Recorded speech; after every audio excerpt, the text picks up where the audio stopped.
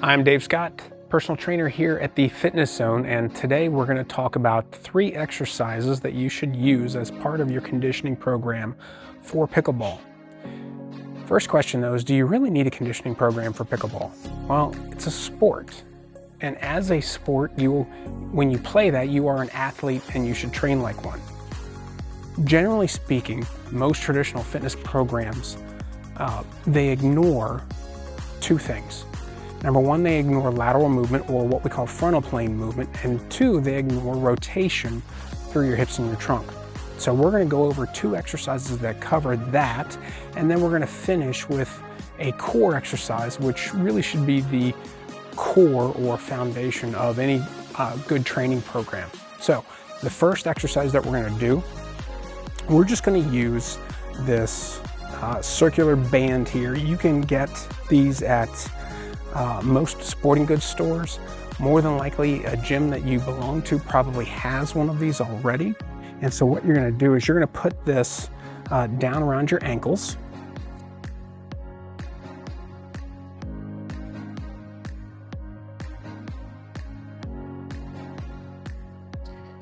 And guys, I apologize ahead of time. If you have hair on your legs, when you go to put this band on, you're probably going to lose some of it. That's okay. So what you're going to do is we're just going to get you into kind of an athletic stance, right? So you're going to sit back into your hips a little bit, little bend in the knees, little bend at the hips. Feet should be set about hip width apart, and you're just going to take a step out to the side here to here. And we're going to step out to the side. We're trying to keep the shoulders and the hips stacked up over top of each other. We don't want a lot of this, so you're not wobbling back and forth like a penguin. You want the shoulders stacked up over the hips, and you're going to pick that foot up and bring the other one in. Pick it up, bring the other one in. You want to avoid getting here and then dragging that foot. So pick the foot up, plant it, bring the other one in behind it. Here to here. And what this is going to do for us is this is going to get us strong and capable in those lateral movements. A lot of folks, when they first start playing a game like pickleball and they start doing a lot of that lateral side-to-side movement, the hips get tired, the groin starts to complain a little bit, and then one day you go to take a quick step, something pops, and you're off the courts for 4 to 6 weeks while that thing heals. So this here gets us strong and ready to be able to move side to side with some power, with some confidence.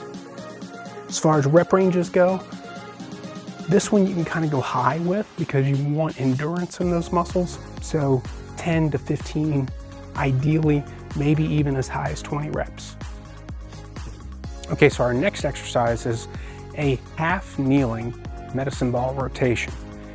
Half kneeling position basically just means that you're going to be down on one knee. So we're going to come down here. I'm going to drop down onto one knee, and ideally we want our stance to be as narrow as we can manage, but as wide as we need. Okay, so if your hips are tight or if you don't have a whole lot of strength in there, you may need to go a little bit wider in your stance. The closer in this direction you can get to trying to get this foot lined up in front of this knee, the more this hip here is going to have to work to help stabilize you. So what we're going to do from this position, we're going to take this medicine ball, and this does not have to be very big. We're going to take it, we're going to reach down to this hip here, keeping my chest and shoulders tall and stacked over top of my hips. I'm going to come up and across to here as far as I can go, make as big a motion as I can, and let my trunk rotate over top of my hips. I want to keep my arms nice and long, because if I don't, what ends up happening is I end up doing this, right? I end up using my arms more than my trunk to do the job. I want here, so my upper body is rotated towards that hip. Then I'm going to come up and across, rotate into the other hip. Here to here. And when I get to this position, I can feel a really good stretch in this hip flexor.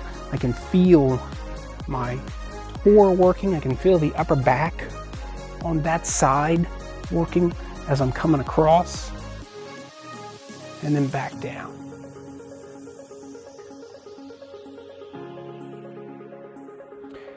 We'll do anywhere from 10 to 15 reps there, and we'll switch sides. Don't be surprised if you find that one side's a little harder than the other. More times than not, we are built fairly symmetrically, but we don't always move symmetrically. Whether that's because we have single side dominance, right hand is your better hand, a stronger hand, maybe your left leg is the stronger leg. We don't always move symmetrically. So don't be surprised if getting down into this position you find that you're a little more capable on one side, or one side cooperates a little bit more. So here to here.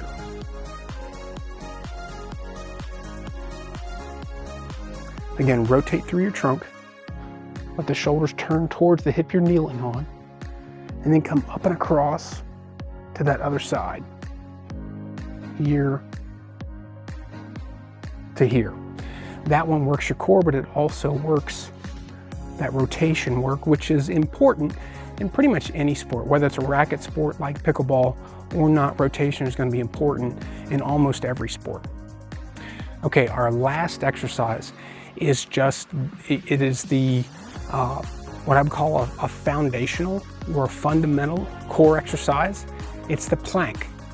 However, a lot of folks don't perform the plank properly in order to get the most out of it.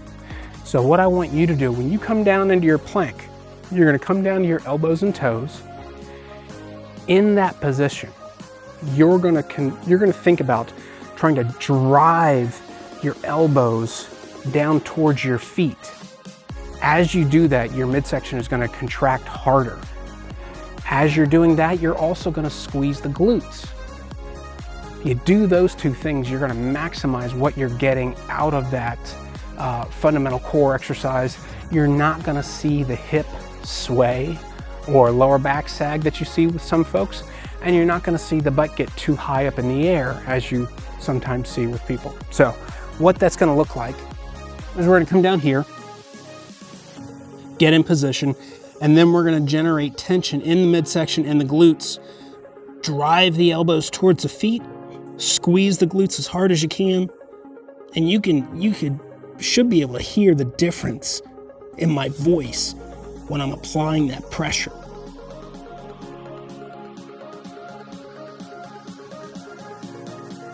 If you have never done that in a plank before, don't be surprised if you feel your abs working in a way that you've never felt them before. Okay? So, give those 3 exercises a try. If you like them, stop by here at the Fitness Zone in Little River, let us know, or come in for a free personal training session. We'd love to have you. Have a great day.